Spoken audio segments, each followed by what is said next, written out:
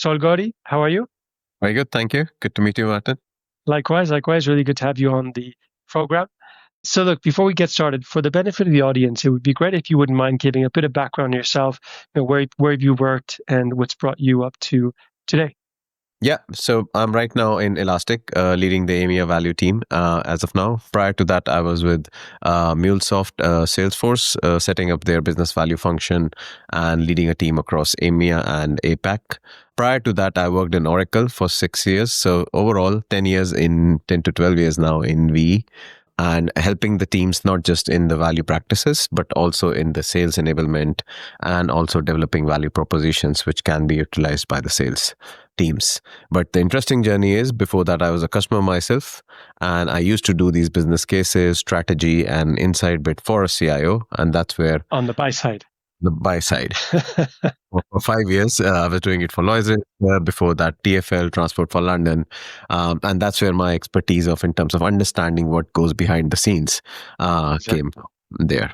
But to that, obviously, a consultant from Deloitte, which is key for our any value consulting exercise. Yeah. We all have to pay our dues somehow, and most of us start in consulting, others in banking or somewhere in between. All good.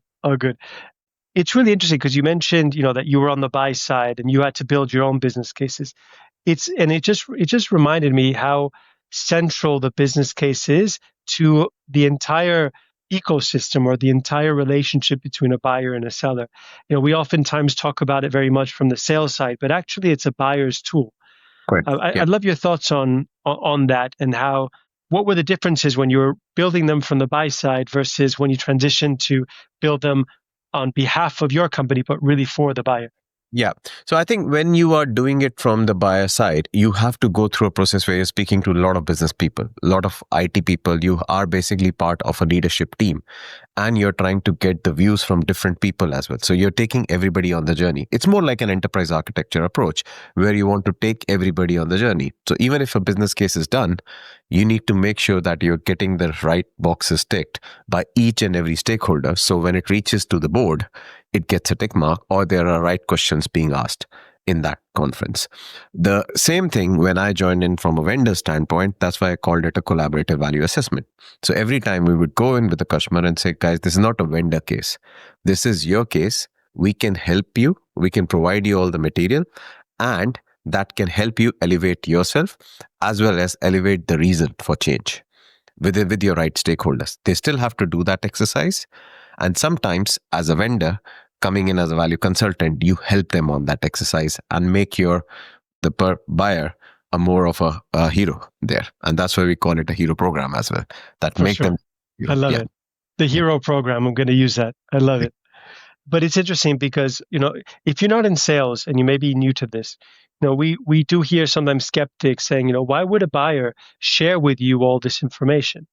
And I say, well, actually, if you remove this concept of buyer seller, what the ultimate value that the value consultant or even the vendor is doing is, without that information, you can't really support your buyer in helping them to buy whatever category they're trying to buy in the best possible way. And so, there's this misconception that in order to be a good buyer, you need to hold information close to your chest. Whereas that level of caginess can sometimes hurt you as a buyer, because then it means that you're not having the right kind of context or information to help you actually solve the problems in the best way. Correct. So it is a little bit more towards the trust. Once you start building, which is the core element of any relationship with the vendor or with the customers, if you are able to build that trust with the buyer and also start sharing the right information from your side without doing an overactive selling side of things, you start providing them the content which is useful for them rather than more from a commercial standpoint. That's one element. Second element I would say is that if you have sold some software to them, it is going back and giving the value realization, showing the business outcomes every time. It should not be, and again, we are living in a world of subscription-based economy. If we have to go back to the buyer and say, guys, we want to sell you something new, it should be coming in from the point, what value did I get from earlier?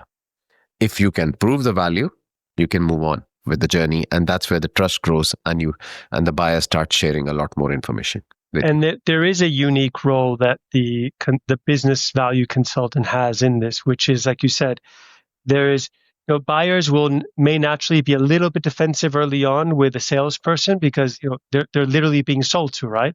And of course, you have great salespeople who create empathy-based relationships and that stuff. But there's a neutrality to business value consultant in that relationship to help be kind of interlocutor of Q&A. I'd love to double click on that. Yeah, so that's, I think, if I think from a point of view of when I'm going into a buyer, I take all the material that I've done all the research without, not just from a commercial standpoint, but also from their business output standpoint. You do all your research, but most important thing is you should not be forcing it that I need a deal in Q1 or Yeah. Q2. Those wordings should not be coming out, because if the buyer starts hearing those wordings, and it has happened with me, I was sitting on the earlier side, guys, I want an order from you right now for 500 licenses. That's not going to happen and move the needle with No me. matter how bad you want Yeah. it. Or how good you are as a sales guy, or as a sales company, for that matter. I think one thing which I'd like to definitely bring out in this scenario is that when you are talking to the buyers, it is also the sales guys. If the sales teams are talking to the buyer, they can also be in a not always commercially focused. They can be doing some research from a business outcome based selling and bringing that in their journey. So it's a value consultant is important, a quite an important piece. But the role of a value consultant is also to train or enable the sales guys to do the same thing, either using some software or using a discovery process, and talk the same language what the buyer wants to talk to you about. Do you sense that you get that kind of desire to learn from sales reps, that they are eager to learn how to drive a value conversation? I think it's part of each maturing organizations. Like I've come from Oracle, where in a different division, it was totally technical sell, and it was not that main concept. Whereas when we moved on to the application selling in Oracle, the sales guys were much more enabled, or they were happy to talk that language. They And felt they more comfortable, probably. You're more comfortable because that's a business language. You can talk about CRM, you can talk about customers, you can talk about financial service systems, rather than when you're talking about databases or AI or getting into the use cases of more about data analytics side of things. So again, it depends upon which product are you selling, and can you make it easier for the buyer to understand even that. And depending whom you're selling it to, sometimes if you're selling a technical product to the technical people, you don't need to have that discussion. Totally. But they will need to have it with an economic buyer. So there needs to be some sort of a bridge created somewhere. Exactly.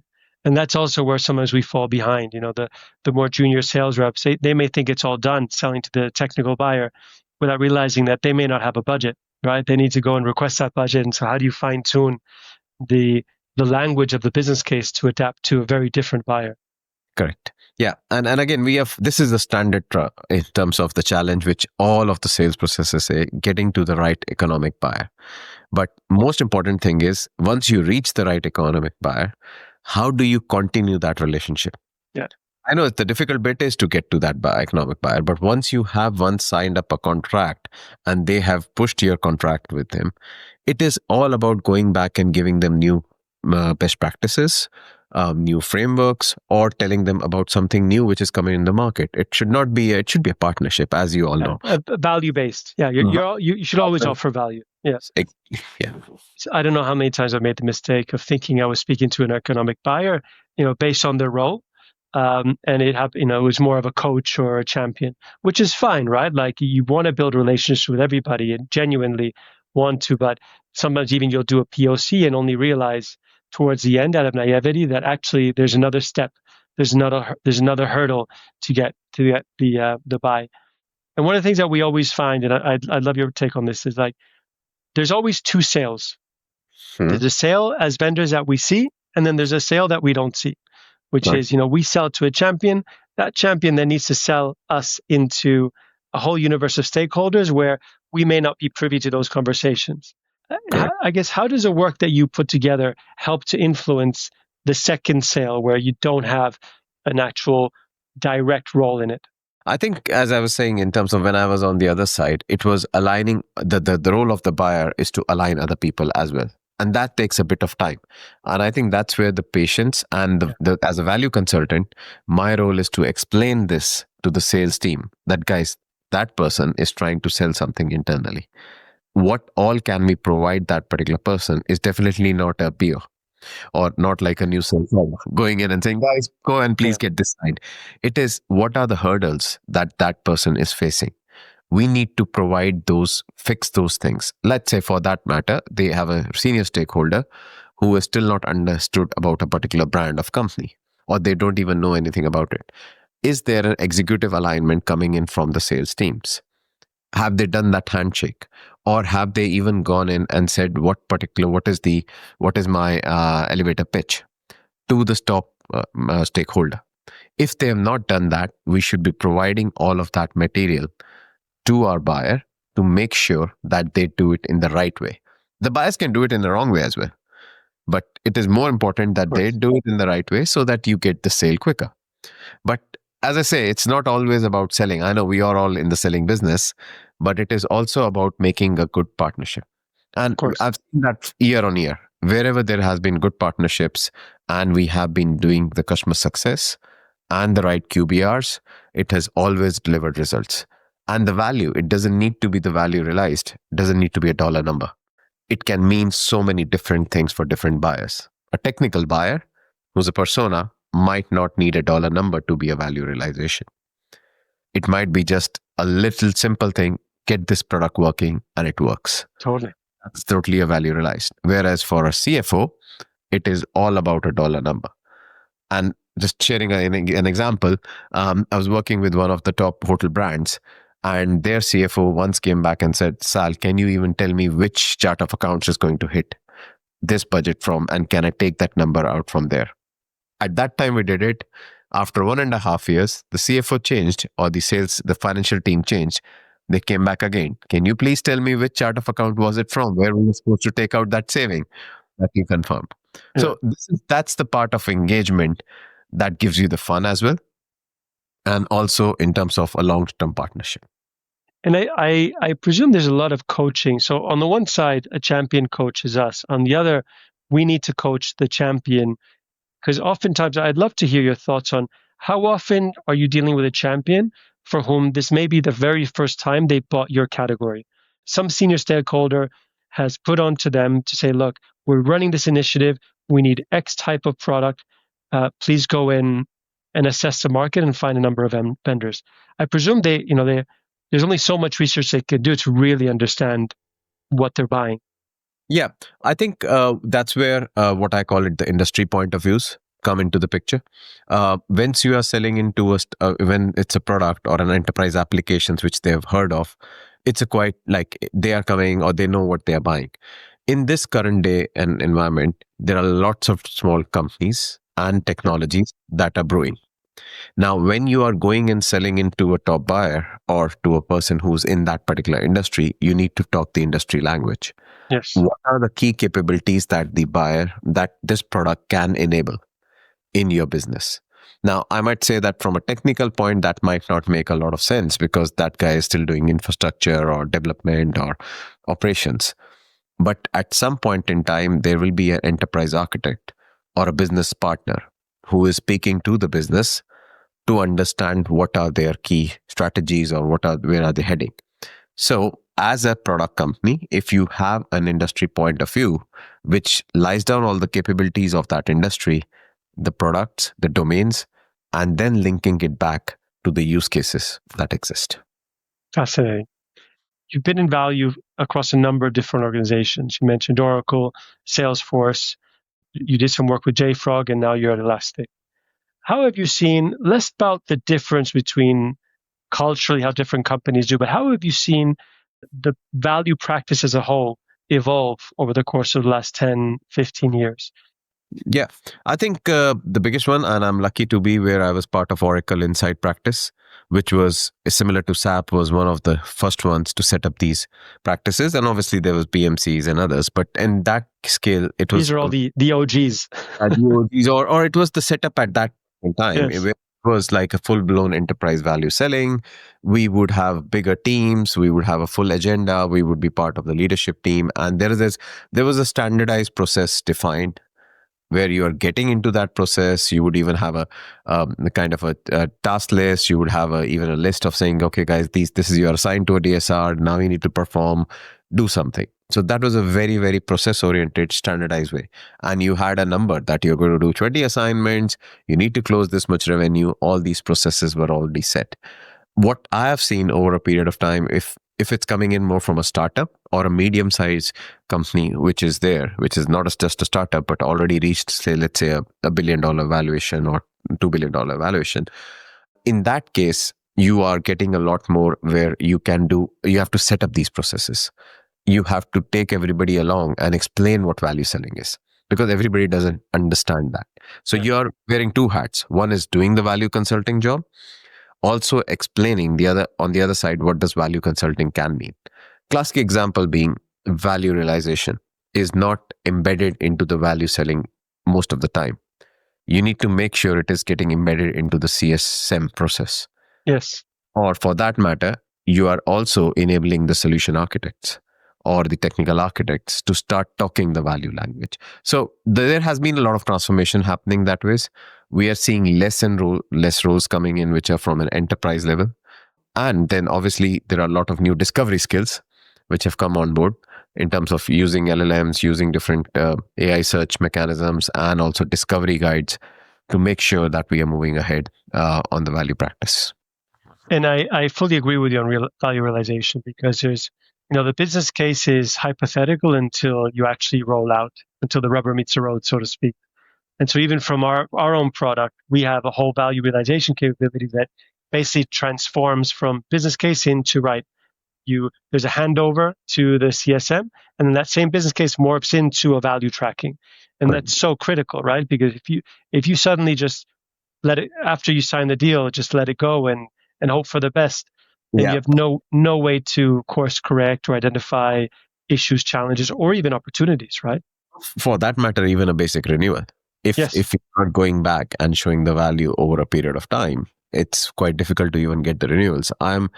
I'm feeling that a lot more now, where if there was not a value practice was not there, or somebody has not built up that business outcome motion, it's getting difficult to get the renewal rates, and vice versa. Wherever there is more of these practices being set up and the best practices brought into the business outcome approach, their renewal rates are getting to the 95s%. it's incredible. Yeah, because it gives that the confidence, right? At renewal every year, most of the time, finances say, "Where can we cut? Where can we cut?" And if Correct. you haven't set yourself up for that renewal, then you're at least going to be put into a potential cut bucket, and that means you have a very defensive conversation as opposed to an opportunistic conversation. Right? We built this value. Let's look at all these other things that we can do. I see it. And so now, how long have you been in your new role? It's just coming up to 3 months. Yeah. And so, what is it like coming into a new organization and introducing a value practice or value culture? And what are some of the things to look out for if that, if one is doing that? Yeah, no, I think I'm quite lucky in that way that it is not just about, it's a white space. So there are some practices, some very good practices coming in from a global team. But when it comes down to bringing in the business focused or industry focused view, because I'm leading mix of FSI and telecom. So when it comes down to a lot of marketing events or account based marketing, those kind of functions are coming up a lot more, and making sure that we are able to provide the expertise into those functions. And I'm loving that's the thing which I'm now getting more to. And also, it's not just the value role, it is also more enablement of the sales teams. Of course, So it's a mix of 2 3 different roles. It's not just that, it's just hands-on value, hands of value realization side of things, then in enabling the sales teams on what are the best practices, what are the value drivers, and what are the sales plays, and what can be the value hypothesis in those sales plays. But then sometimes it's going into the field and doing the marketing yourself, being standing on the stage, presenting, providing the right context to the customers in terms of the industry and talking the same language. absolutely. And just when you say that, it reminds me that value is actually such a central component of an organization, right? In some organization, you may see value as something that it's it's in pre-sale, which arguably it can be in certain organizations, but it kind of gets stuck into almost purely just a consulting role, as opposed to being lifted and kind of threading across the organization to bring a whole, to orient the whole organization around the consistent value story that gets delivered to customers. And Martin, just I think we all need to be practical. It's not always that like easy in that way. It Of can be course. a very difficult journey where you are going back to the sales guys and explaining that again and again, and it's a process. And again, how the organization start maturing, that also does make a difference. And I think I heard it in one of your webinars as well, that the leadership alignment should be very much there. If the sales leaders are aligned, the pre-sales leader are aligned, and the CS leaders are aligned, it becomes so much easier for all of us to follow the business outcome approach. If not, it becomes a tough cycle of going again and again, explaining them, and depending who's brought you in, what you're trying to achieve in that way. Yeah. Certainly. If you were to name the sharpest tool in your toolbox as a value engineer in terms of methodologies, specific techniques, what would it be, the single most impactful tool that you could use in value selling? I think not from my personal point of view, but I think for the sales guys, I definitely see some kind of a quick calculator and a little bit of a discovery guide, which generates them a quick presentation or value brief, which they can go and talk to the customers. Each and every organization I've seen, there is a gap in that sense, that if you have some kind of a calculator which can quickly be utilized and they get something, the sales guys feel a lot more comfortable to have the first conversation and be a door opener for you. So I definitely see that as one of the best tools. Personally, from my side, as I said, this in the whole conversation is the business outcome approach. Yeah. I'm very much a person, and I feel that is what is, because I'm coming from a customer point myself.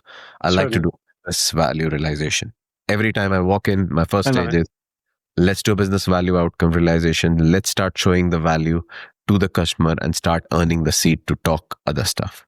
Because the great thing about that is that you're using real numbers, right? Yes, you're not creating, Yeah. And it's called, as I say, we say it a joint collaborative exercise. It is customers' numbers. You are coming and enabling that. And that's what I feel is my trait to bring back to them. And as a consultant, that's an even easier way to build trust, because you're going there to help them understand, how do I actually calculate the value that we are getting from you? Because I would presume that your point of contact on the other side, you're making their job easier, because you're enabling them to report within their organization all the great things that they're doing, right? So their success. What's interesting, and just to touch upon something else that you said earlier, as I'm sure you know, one of our customers is HubSpot. They've been phenomenal. We've been working with them for nearly a year now, and one of the things, and I can share this openly because it's being shared in interviews as well, is that when they've introduced Symbi into the organization, and it could be other tools, I don't want to specifically just plug Symbi, although of course I want to. Yeah. There is, as much as we can boast really high win rates, and as much as we can, want full attribution, the reality is, by introducing a methodology or a tool, like you said, early on in the sales process, it's guiding reps into a behavioral change where they have a conversation, almost like a point of view or a value hypothesis. This first call, this is the value we think we can bring you. Here's a tool, a value hypothesis, not even a business case. Help me validate some of these assumptions. Correct. And that actually that can qualify very quickly if there's a deal. And so by doing so, it naturally self-filters the deals that have a higher likelihood, for which, okay, there's a foundational value exchange here. And that's one of the reasons why win rates go up so much, because reps can focus on the deals that have real chance. Yeah, no, that totally makes sense. In fact, we are seeing that a lot more. If the more value briefs you have, and the right value briefs, and possibly sometimes you need to have an industry-based value brief as well, right? Absolutely. The more you bring it, and again going back to the business outcome approach, in that value brief, if you bring in an example in the similar industry, similar use case, it has been proven, even with the brand name or sometimes without the brand name, it does make such a big difference. And I'm sure, Martin, you would appreciate anything which is coming in from EMEA, and we sit in an EMEA organization, typically a lot of stuff comes from America, which is Yes, right. It's a global organization. But sometimes the customers in a UK or in APAC would like to relate to the of examples course. from there. So you should bring in those kind of value realized examples to the forum and have those discussions with the customers there. Even culturally, right? And again, this is grossly stereotyping, but hear me out. There are cultural differences in terms of, I guess, the role or the need for the value realization of or the business case from between even EMEA and the US. And what I mean by that is in Germany, the UK, for instance, there is a reputation that buyers are scrutinized much more. Yeah. So the need for a very compelling business case is absolutely crucial. Whereas in the US, they're a bit more gung ho. They'll scrutinize. They'll buy first and scrutinize later, so to I speak. think I'm seeing a little bit of a different trend in terms of, Yes, in case of Germany, it is you cannot sometimes share a dollar number. You can show the number of hours saved. Whereas if you're talking US, you can, even if it's a big dollar number, it can bring the right discussion topic. So right. again, understanding those nitty gritties. Yeah, And again, when it comes down to a sell in APAC, it's such a small dollar number. It yeah, sometimes doesn't make sense to even do a business case from a dollar point of view. it's true. I've even heard that. Well, I've seen it. Even the term verbal commit means something completely different in the UK versus Canada. So Okay. in the US, the We- verbal commit from the buyer comes all the way at the end, like, okay, yes, we're Yeah, in, and then you move straight into contracting. Whereas in Canada, verbal commit is, yeah, we like it, we're ready. But then that doesn't mean we that, do. Okay. Yeah, that's a new one for me. Yeah. Okay. but it's interesting because again, and all this is cultural. So there's a science approach to this, which is a lot of what you do, right? Which is identifying the pain points, calculating them, building out the outcomes, the benefits, and putting that into an ROI or IRR or NPV, whichever metric you need. And then there's the cultural approach to understand, right? Based on this on the local environment, how far along, how do we ascribe a value probability to this or a sales probability to this? Okay. And I think I used to always call it, it's minds and hearts. Like minds is we do the analytical calculation. That's where Yeah, the value engineer comes in. But when it comes to the emotional quotient, that's also the role of a value engineer at times, or a value consultant or a value sure, management consultant, to play that role, to emotionally connect with the customer and bring the right things. And it might not be that the dollar number works all the time. It totally. might be that it's just something else that works with the customer. I Yeah. think it was Rory Sutherland, the famous behavioral economist who does a lot of these fantastic talks. He said people buy with emotion and then Yeah. they post rationalize, right? Yeah, correct. Yeah. which is which is what a business case ends enabling, right? Because it gives you that security, that reassurance that I've made the right choice. I love this product, but I've also made the right choice. Good. Yeah. Very good. Brilliant. So, well, look, thank you very much. It's been really enjoyable. I do have two relatively uncomfortable questions for you, Okay. as we Yeah. like to ask all of our guests. First one is, you've been in the value space for a long time, and arguably with some of arguably with some of the best companies in the space. Surely you have worked with some great people. Yeah. Who's the absolute best business value consultant, value engineer you've ever worked with? I think I'll have to give that OG thing to my last boss in MuleSoft, Gene Likens. Okay, Uh, in fact, his approach towards business value was always around value. Even though when I would bring in the deal structuring or something, he would be, let's do the value piece. Go till the end and about doing the business outcomes. Talk about the value and do it in a proper way. So for me, Gene awesome. Likens, OG Go, on that. Gene. Yeah. Amazing. From somebody like you, I'm sure that means a lot. Yeah. And how about the best sales rep, account exec that you've worked with? Best sales rep, I think I'll have to give it to Ben Bunplet. He was an oracle with me. He understood each and every skill of me and his technical people, and what person to use or debate or bring to the customer at the right time. I think that the tandem motion that worked with him was the best. Like if he knew that I can do more Excel at that time, he will give me the Excel calculations and he will do the relationship kind of thing.